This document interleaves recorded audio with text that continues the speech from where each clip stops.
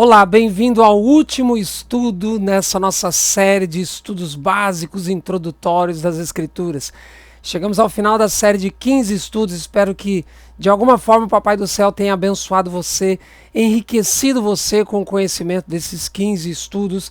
Vou postar ainda alguns anexos aqui com informações mais aguçadas, ampliando um pouco mais o conhecimento de alguns dos temas que postei aqui no canal. Não perca os anexos aqui também. Convido você nesse instante a orar comigo. Nós vamos tratar de um tema extremamente importante nesse último tema, batismo, que a Bíblia nos ensina sobre isso. Feche seus olhos, vamos orar. Senhor Deus, obrigado pela tua graça, pela tua misericórdia. Abra nossa mente mais uma vez ao estudarmos a tua palavra em nome de Jesus. Amém, Senhor. Amém.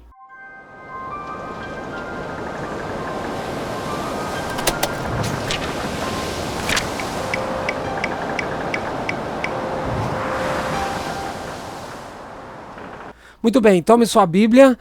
Vamos começar lendo Mateus capítulo 3. Mateus capítulo 3. Alguns poucos textos, repito, um estudo introdutório, básico daquilo que a Bíblia tem a nos dizer hoje sobre o batismo. Vamos começar com Mateus capítulo 3, o batismo de Jesus Cristo. Como é que se deu? Mateus capítulo 3, verso 16 em diante. Batizado Jesus, saiu logo da água, e eis que se lhe abriram os céus, e viu o Espírito de Deus descendo como pomba vindo sobre ele. E eis que uma voz do céu que dizia: Este é o meu Filho amado, em quem me comprazo. Esses dois versos nos mostram a realidade do que aconteceu no dia do batismo de Jesus. Primeiramente, você enxerga aqui no batismo de Jesus a Trindade, Deus Pai, Deus Filho e Deus Espírito Santo. Então você precisa crer, porque a Bíblia assim nos ensina que Deus é um só, mas se manifesta numa trindade. Deus Pai, Deus Filho e Deus Espírito Santo. Não são três deuses, como alguns acusam os cristãos de crerem. Não, é um Deus só, mas se manifesta em três pessoas distintas.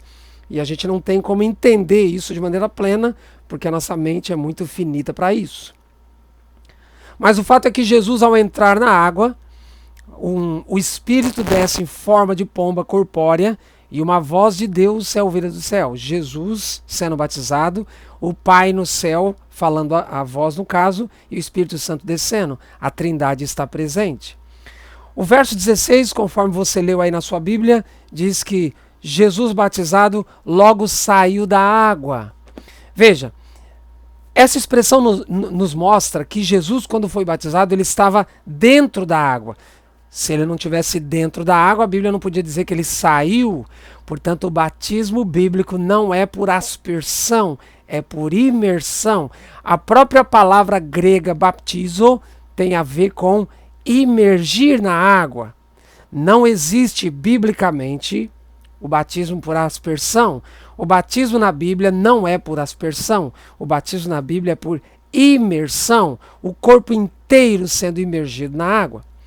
Jesus foi batizado e o texto diz: saiu logo da água e lhe abriram os céus. Querido, será que tinha nuvens nos céus quando Jesus estava sendo batizado e os céus se abriram? Não, o céu se abriu no sentido espiritual. Jesus, em algumas partes, diz que nós, quando cremos nele, quando aceitamos a ele, somos considerados filhos de Deus. Todos nós somos filhos por criação, mas somente quando aceitamos a Jesus como nosso Salvador e somos batizados como ele foi, seremos filhos por redenção. E para irmos para esse lugar que ele já está nos preparando, que já inclusive estudei aqui, nós precisamos passar por esse batismo para sermos não só filhos por criação, mas filhos por redenção. E aí o Espírito desce sobre ele, uma voz do céu dizendo: Este é o meu filho. Então, cada vez que um filho de Deus aceita Jesus como Salvador e entra no tanque de batismo para ser batizado, ou entra num rio para ser batizado, quando ele imerge o corpo na água para ser batizado, sob a liderança de um ministro ordenado, o céu se abre no aspecto espiritual. E a partir daquele momento, como Jesus ouviu aquela voz, aquele filho, aquela filha passa a ser um filho de Deus por redenção e não só por criação. Muito linda essa doutrina. Abra sua Bíblia em Romanos capítulo 6. Romanos capítulo 6. Romanos capítulo 6 tem algumas informações importantíssimas para nós. Lembre-se que se você tem dificuldade de abrir a Bíblia aí, dá um pause, acha o texto e dá um play, volte a assistir. E eu já estou com a minha Bíblia aberta em Romanos capítulo 6, verso 1 em diante. Que diremos, pois? Permaneceremos no pecado para que seja a graça mais abundante para um pouquinho? Olha aqui para mim, deixa a sua Bíblia aí aberta. Então, verso 1, Paulo está argumentando assim: agora que a graça veio, que a gente já está livre do pecado, agora que a gente está salvo, a gente deve permanecer no pecado para que a graça seja mais abundante, ou seja, a graça nos salva do pecado. Então, Paulo está argumentando, bom, agora que eu sou salvo, agora que eu já tenho a salvação em Cristo Jesus, agora que ele já morreu por mim, eu posso continuar no pecado, está tudo certo. Será? Paulo está perguntando, o que diremos, pois? Vamos permanecer no pecado agora que a graça já nos alcançou, agora que Jesus já morreu por nós? Ele responde no verso 2, de maneira ou de modo nenhum. Como viveremos ainda no pecado, nós os que para ele, para o pecado, morremos? Olha que interessante. Paulo diz, então, a gente não deve viver no pecado, a gente não deve continuar vivendo no pecado, porque a gente já morreu para o pecado. Aí eu pergunto, como é que a gente morre para o pecado? Como é que a gente morre para o pecado? Paulo explica no verso 3 em diante.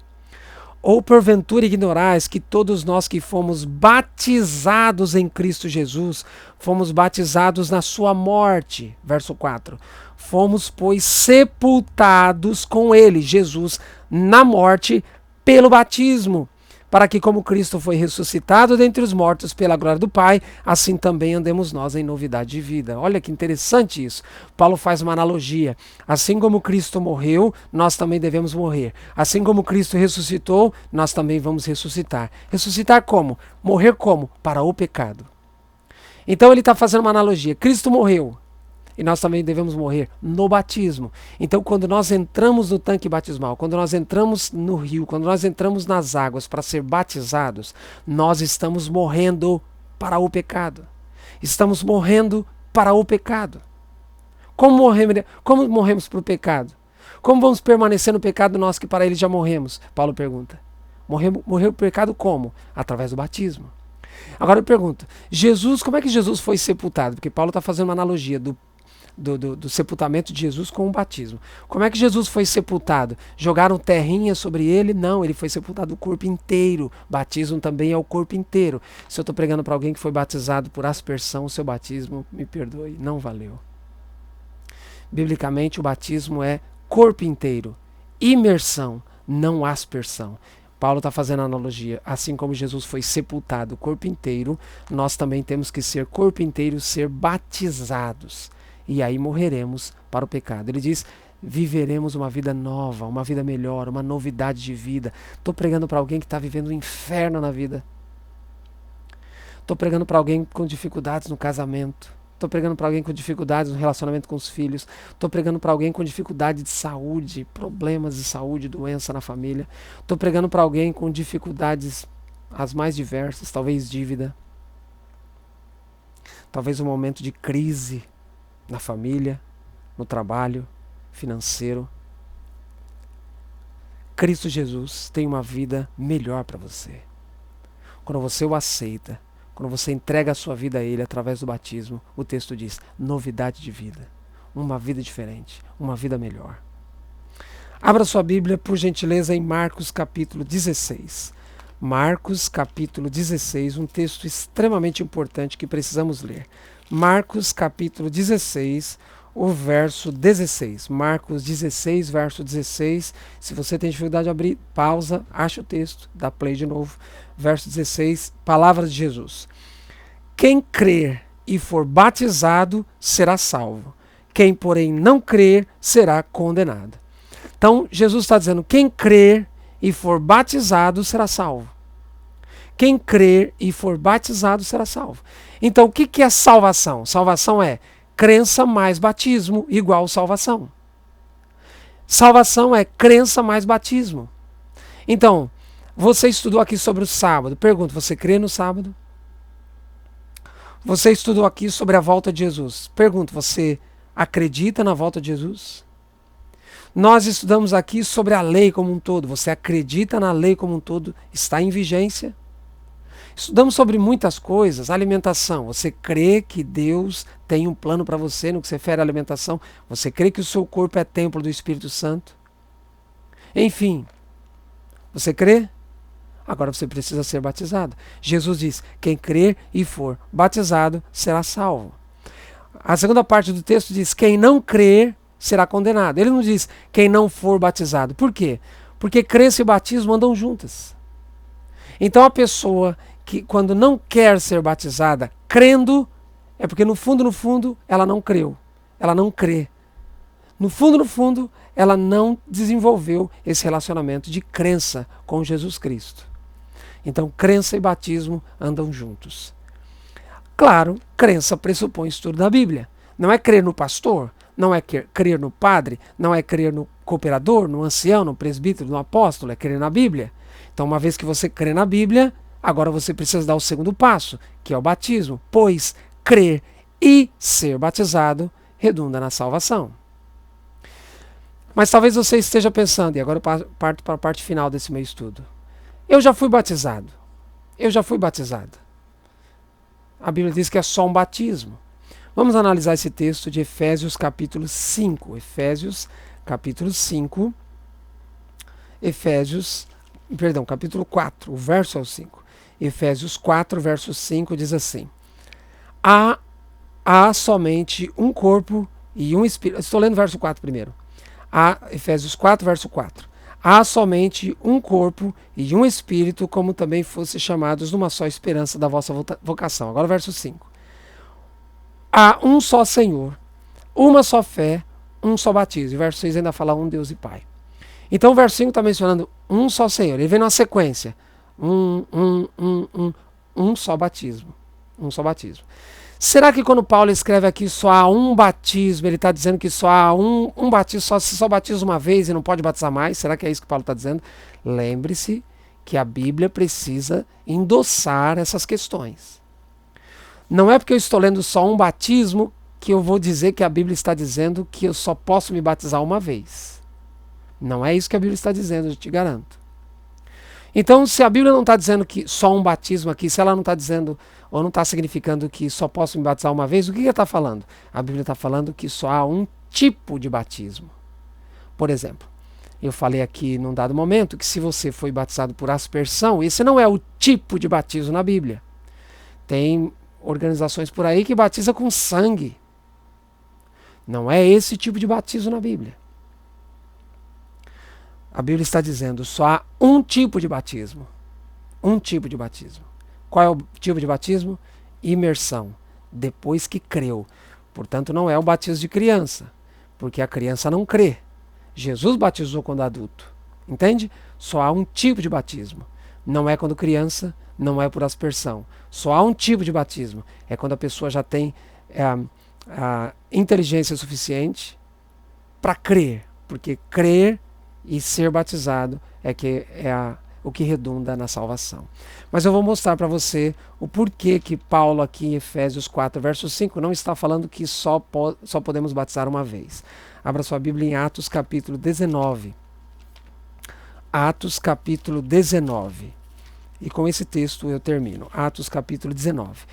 Paulo estava na cidade de Éfeso. O que vamos ler agora aconteceu na cidade de Éfeso.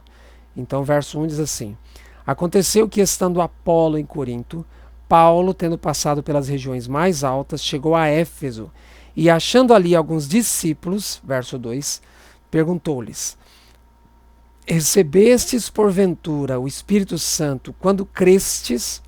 Ao que lhe responderam: pelo contrário, nem mesmo ouvimos que existe Espírito Santo. Para um pouquinho, deixa a sua Bíblia aberta. Então Paulo chega na cidade de Éfeso e acha ali alguns discípulos, a Bíblia diz. E ele faz uma pergunta para esses discípulos. O texto diz: vocês receberam o Espírito Santo quando creram? Ele não diz assim: vocês receberam o Espírito Santo quando foram batizados? Ele diz: vocês receberam o Espírito Santo quando creram? Eles entenderam o que Paulo queria dizer. Eles responderam: nem ouvimos falar que existe Espírito Santo. O que é Espírito Santo? Aí Paulo faz outra pergunta: vocês foram batizados em que então? Percebe isso? Olha aí, verso 3. Em que, pois, fostes batizados? Veja, a primeira pergunta: Vocês receberam o Espírito Santo quando creram? Eles disseram, a gente nem sabe o que é Espírito Santo. Aí Paulo faz a mesma pergunta, mas de forma diferente. Vocês foram batizados em quê? Então, quando Paulo fez a primeira pergunta, dizendo, vocês receberam o Espírito Santo quando creram, na verdade Paulo estava perguntando para ele, quando vocês foram batizados, vocês receberam o Espírito Santo? É isso que Paulo está perguntando. Mas ele usou a expressão crer. Por quê? Porque crença e batismo andam juntas. Crença e batismo andam juntas. Então Paulo faz a pergunta mais clara agora no verso 3 que li.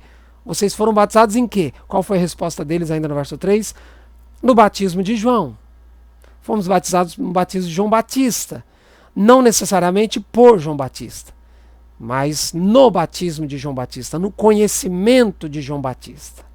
Aí entramos no verso 4. Paulo respondeu então, João realizou o batismo de arrependimento, dizendo ao povo que cresce naquele que vinha depois dele, a saber, Jesus Cristo. Agora olha o que diz o verso 5.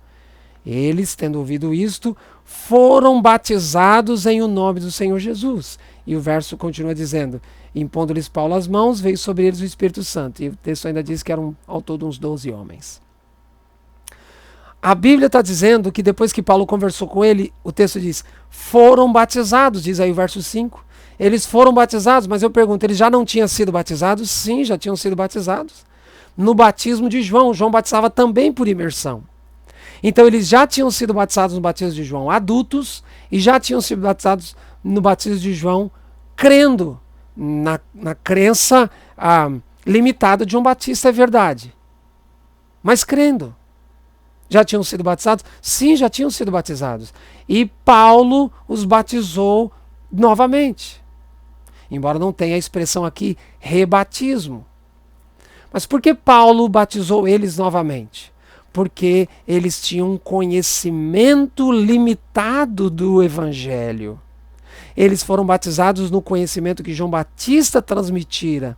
Eles tinham um conhecimento limitado do Evangelho. E uma vez que agora Paulo explicou o Evangelho de maneira mais plena, eles batizaram-se novamente.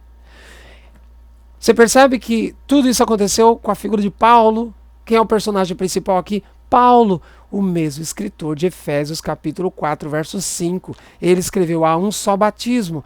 Se Paulo quisesse dizer lá no verso 5 de Efésios 4 que só é uma vez, só um batismo, uma vez que eu batizei não posso batizar mais, ele estaria em contradição com ele mesmo em Atos capítulo 19, porque ele está batizando 12 pessoas novamente.